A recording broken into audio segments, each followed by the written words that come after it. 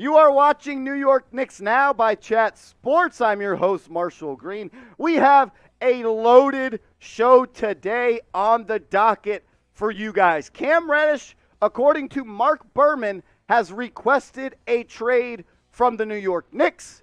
He then went to Instagram and said something about it. We also have quotes from Brian Windhorst, who has said that Donovan Mitchell would love to play for the Miami Heat. We're going to break that down. And Ian Begley is reporting that the Jazz asking price for Donovan Mitchell has gone from 4 unprotected first-round picks to 3 unprotected first-round picks. So the price for Donovan Mitchell is dropping as we go deeper and deeper into these negotiations. Let's look exactly at what Ian Begley said in his write-up last night. He said, based on what I'd heard from people briefed on the talks, I'd expect Utah to covet Quentin Grimes in any current or future trade talks. Utah had sought one of Grimes, Obi, and Emmanuel Quickley in several packages, including some that included R.J. Barrett. So I'd assume that the Jazz would want at least 2 of those players in any deal moving forward. The sticking point will probably be Grimes and the value of the first-round picks New York is willing to include. In prior talks, the Jazz wanted New York to increase its offer of 2 unprotected picks in various packages discussed. Previously, the Knicks had been unwilling to meet Utah's high asking price of picks and players in any packages that didn't include R.J. Barrett. Will that change now that Barrett is off the table? It's more likely that the Knicks engage a third team that can send draft compensation to Utah. He also said the Lakers, who had previously expressed strong interest in Cam Reddish, are reportedly open to trading Russell Westbrook, which seems like a logical candidate. They have tradable first-round picks and need a shooter. New York's Evan Fournier, a strong perimeter shooter, would almost certainly be in any Mitchell deal for salary purposes. Several of New York's decision makers are opposed to including Derrick Rose in a trade. So not only did Danny Ainge want R.J. Barrett, 2 unprotected first-round picks, he wanted Quentin Grimes, Obi Toppin, or Emmanuel Quickley as well. That is BS. That, my friends, is unbelievable. How do you turn down a trade offer of 2 unprotected first-round picks and R.J. Barrett, and you come back with, we want one of your other superstar players? I can't believe it. Let's get the FDAs in the chat rolling because the guy's smoking rocks at this point. Do you really think you're going to be able to get R.J. Barrett, 2 unprotected picks, and Quentin, IQ, or Obi? That's unbelievable. That is unacceptable for Danny H. Type FDA in the comments. Let's get that flooded. Also, if you haven't yet, hit that big red button. Subscribe to New York Knicks Now by Chat Sports because we are on the doorstep of getting to 13,000 subscribers on the channel. We're doing it for Mark Jackson. So if you love the Knicks and you're looking for a one-stop shop on YouTube that does nothing but put out videos every single day on the latest Knicks news and rumors, you found your spot. Hit that big red button, Knicks videos every single day. So let's rewind the clock a little bit. Last week, Shams Charania reported that the New York Knicks offered Obi Toppin, Evan Fournier, additional salary, most likely Miles McBride, and 5 first-round picks, 2 of those being unprotected. Danny Ainge said, no deal. I ain't doing it. Then the Knicks went back with a trade offer of R.J. Barrett and 2 unprotected first-round picks. Danny Ainge said, no, I want either Grimes, Quickley, or Toppin on top of that deal. I cannot believe he said no to that. So this is what I think a trade would have to look like. I truly believe at this point you are going to have to give up Quentin Grimes, Obi Toppin, and 3 unprotected first-round picks. The Knicks know they got to, if they want Mitchell, if they truly covet Donovan Mitchell going from Salt Lake City to New York, they're going to have to up their offer. And I think this is a deal that the Jazz should accept. They would accept this. And I believe that the New York Knicks would be willing to make a trade like this. Seeing Grimes go would suck. But you got to spend money to make money. It costs to be the boss. And if you want Donovan Mitchell in the Mecca, wearing blue and orange, this is a trade you're going to have to send out. Tim Bontempts of ESPN said this morning, and I agree with him. The Knicks have been strong. Leon Rose has stood his ground, and Bontempts said that. He said, the Knicks, to their credit, ever since Rudy Gobert got traded, have been operating from a position of strength in the Donovan Mitchell trade talks. And we've talked about that time and time again. I think the Knicks have the leverage in this case because the Jazz have made it so apparent that they want to trade Donovan Mitchell. They have called every team in the NBA, and they've called the Knicks time and time again. They want to trade him. Do they want to keep him to build around him? Not a chance. They want to keep him, though, to trade him. Their plan is to trade Donovan Mitchell and get a king's ransom. And the Knicks know if they want to get Donovan Mitchell, they're going to have to increase their offer.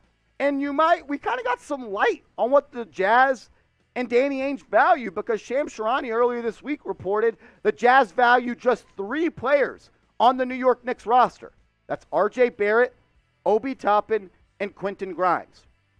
And with R.J. Barrett signing that extension with the poison pill in there, it makes it really hard, nearly impossible, according to Woj and Jake Fisher of Bleacher Report, to include R.J. Barrett in a trade for Donovan Mitchell. So that leaves Obi and Grimes. And I truly believe this. I don't think a deal gets done without Grimes and Toppin. Like, if you want Donovan Mitchell and you're the New York Knicks, the asking price is Grimes and Toppin. So that's where we're at this point. It's going to be Grimes, Toppin, probably 2-3 unprotected first-round picks. I want to go to this quote, though, from Brian Windhorst, who this one hurt my heart a little bit. He said, I think Donovan Mitchell would love to play for Miami. I think the Heat would love to have him. And I'm being honest as I can right here. I can't handle this. I cannot handle seeing Donovan Mitchell not being traded to the New York Knicks and him landing with the Miami Heat. That'd break my heart. It honestly would. That would be LeBron, D-Wade, Chris Bosh again. I already hate the Heat as much as I do. And to see him go play for the Heat, that would just be the knife in the back, man. I don't know if I could bounce back from that. So let's just get the type F Miami. Just F Miami in the chat. FMIA. Let's get it going. You can type whatever you want. FMIA. F morning. Whatever you want to do. Get the FMIAs in the chat right now. Also, if you're a real one, get your real one t-shirt. Because I got mine today, and once I put it on, I just got in a better mood. It made me realize that I'm a real one. You be a real one. Get your shirt today. Chatsports.com/real Knicks. That's chatsports.com/real Knicks. That comments that link is in the comments and description of today's show. If you get a picture or if you get a shirt, take a picture of it. Send it to me on Twitter and we'll put you on the show. News of the day. Marc Berman reported that Cam Reddish wants a change of scenery away from the New York Knicks. And then Cam Reddish went to Instagram and said, no, I didn't. He said, when did I do that? Y'all be tripping. So we have some conflicting reports here. We'll pull up the quotes from Marc Berman in a second. But Berman is reporting that Reddish is not happy with the role he has with the New York Knicks. He put out the piece. And then Cam Reddish, because it is his birthday, you can type HBD in the chat if you want to. He pretty much said, no, I didn't. But this is what Marc Berman had to say about the Cam Reddish trade request. He said, the Post has learned Reddish wants a change of scenery from New York after he was traded there in January, and it didn't initially crack the rotation to build confidence. An NBA source said Reddish is looking for a larger role. The Lakers have interest in the 6'8" Reddish and could be part of a 3-team deal with Mitchell. If they aren't included, the Knicks could do a separate deal with Los Angeles, perhaps to recoup a first-round pick they would lose in a Donovan Mitchell-Utah trade situation. So, conflicting stuff here, right? And that's why we do this show. We like to bring the latest news and rumors, and I give you my take on it. If Cam Reddish said he didn't request a trade, I believe him. But I do believe that Cam Reddish is a little bit frustrated with his role on the New York Knicks because this is a loaded team with young players. You got guys like R.J. Barrett, Obi Toppin, Emmanuel Quickley, Quentin Grimes. You have a lot of young players that are all fighting for the same minutes. And if I was Cam Reddish, who requested a trade from the Atlanta Hawks for a bigger role, and now I don't have that bigger role, I would want to be traded. And if I get to go play in Los Angeles with the Lakers and LeBron James and the Clutch Sports gang, I wouldn't be surprised if Cam Reddish starts the season wearing the purple and gold. But let's take a look at what Cam Reddish has done so far through his NBA career. Didn't play good, honestly, at all when he came to the Knicks. And he had some good games, looked good against the Clippers. He had that 17-point game. I like the way him and R.J. Barrett play together. Obviously, they had that connection dating back to Duke.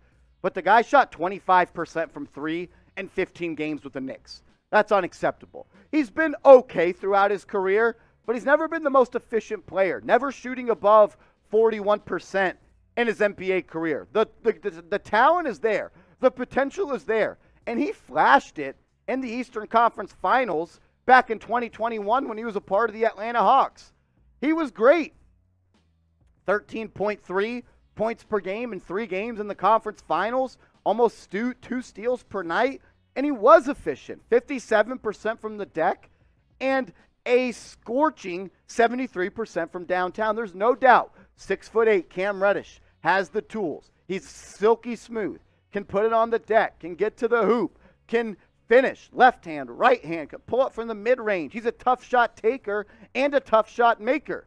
But at the end of the day, you got to prove it on the court. Potential only lasts so long, and he's entering year 4 of his NBA career. I'm not saying it's anywhere close to being done, but I don't know if he'll ever reach that maximum potential with the New York Knicks. I don't know if there's an avenue where he can get the minutes he deserves and needs to become that player that he thinks he can be.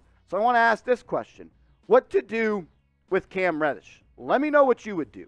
Type K for keep, type T for trade. Sound off in the comments right now. And I also want to give a shout out to the real ones, because I am officially now a real one, as my real one shirt has finally come in the mail. Get yours today, chatsports.com/real-Knicks. And if you made it this far in the video, you're a real one. Drop a real one in the comments.